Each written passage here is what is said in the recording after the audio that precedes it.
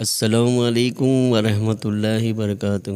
میٹھے میٹھے اور پیارے پیارے اسلامی بھائیوں، یوٹیوب چینل FKGN اسلامک میں آپ کا سواگت ہے۔ سب سے پہلے میں آپ کو بتانا چاہوں گا کہ آپ لوگ ہمارے اس چینل کو سبسکرائب کریں، بیل آئیکن کو دبائیں، پھر ہمارے ویڈیو کو لائک کریں، کمنٹ باکس میں اپنے سجھاؤ ضرور دیں تاکہ ہم لوگوں کو آگے کام کرنے کی ہمت ملے۔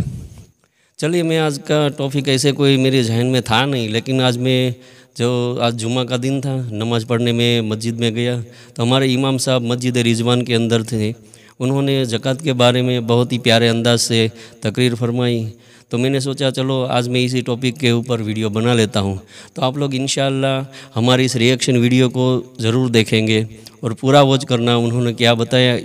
یہ جو ویڈیو ہے وہ مولانا صاحب کا نہیں، لیکن جو ARYQ TV کی جانب سے الفرقان نیٹ ورک میں جو پروگرام چلتے رہتے ہیں مفتی اکمل صاحب کے، میں ان کا ہی ویڈیو میری چینل میں اپلوڈ کر رہا ہوں۔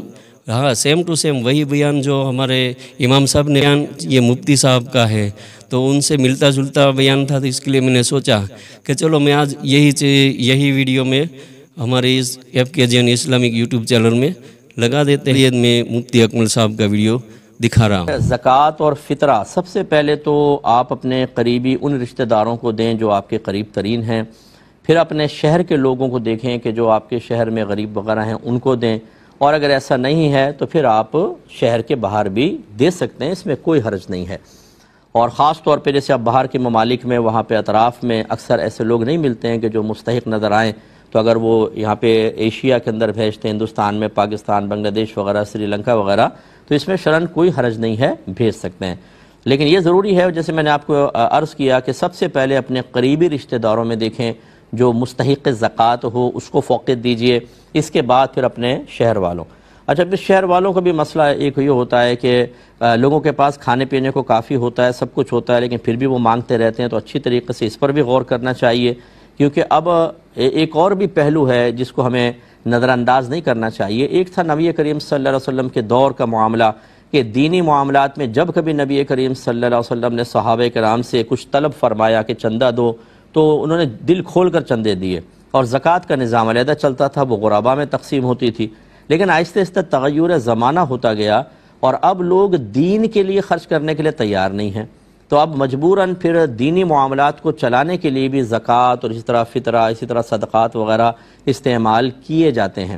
اب فرض کر لیں مثال کے طور پر آپ کے یہاں کوئی غریب نہیں ہے، تو آپ نے کہا دوسرے غریب کو شہر کے باہر دے دیں، لیکن اگر کوئی دینی ادارہ ہے، صحیح العقیدہ لوگوں کا ہے، اہل سنت کا ادارہ ہے، تو پھر آپ کو اس کو سب مالی سپورٹ کرنی چاہیے۔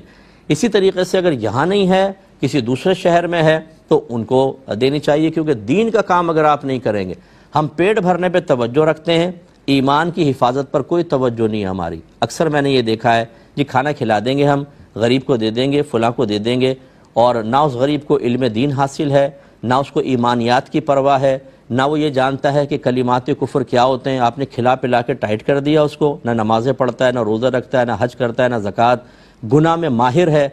ہو سکتا ہے، میں نہیں کہتا ہوں کہ معاذ اللہ ایمان ضرور ضائع ہو جائے گا، لیکن اس کو تو ایمان ہی خطرے میں ہے۔ ایمان گیا، آپ نے جتنا مرضی کھلایا پلایا سب بیکار ہے۔ اور ویسے بھی نبی کریم صلی اللہ علیہ وسلم نے ارشاد فرمایا کہ تمہارا کھانا صرف پرہیزگار کھائے۔ اس کی تشریح علماء نے بیان فرمائی ہے، اس لیے بیان فرمایا کہ جب آپ کھانا کھلاتے ہیں، اس کھانے سے جو توانائی حاصل ہوتی ہے، اگر وہ اللہ کے راہ میں خرچ ہوگی آپ کو ثواب ملے گا، اور اگر آپ نے کھلا پلا دیا اور وہ خوب شیر ہو گیا، بے نمازی پن گناہوں میں لگا رہا ہے توانائی حاصل شدہ توانائی کو، تو آپ کے لیے کیا فائدہ ہوگا اس میں؟ تو اب ایمان اس سے کیسے بچے گا اور آپ کا کیسے بچے گا؟ جب صاحب علم لوگ ہوں گے، علماء پیدا ہوں گے، ایمان بچانے والے پیدا ہوں گے۔ ادھر توجہ نہیں ہے، ساری توجہ ہماری انسانیت کے نام پر لگ گئی، دین ثانوی حیثیت اختیار کر گیا، انسانیت جیت گئی۔ میدان معاشر میں دیکھ لیجیے گا یہ انسانیت آپ کے کتنے کام آتی ہے۔ اس لیے دین کو بھی آپ سپورٹ دیں، یہ بہت ضروری چیز جو میں نے گزارش کی ہے۔ ہماری اس چینل کے ریئیکشن ویڈیو کو آپ لوگوں نے دیکھا، میں تہہ دل سے دھنیواد دیتا ہوں۔ آپ لوگ ہمیں ایسے ہی ہمارے ویڈیو دیکھتے رہیں اور اپنے سجھاؤ بھی ہمیں کمنٹ باکس میں دیں۔ اور ہاں، مفتی صاحب نے جو واقعہ بتایا ہے، بڑے پیارے انداز سے بولنے کا ڈھنگ ان کا ہے، مجھے بہت پسند آتا ہے۔ وہ اچھے طریقے سے مسئلے مسائل کا حل بتاتے ہیں، اور کافی لوگ جو ہیں ان کو ماننے والے ہیں، جو بڑے بڑے لوگ ہیں، عالم، بڑے بڑے عالم ہیں،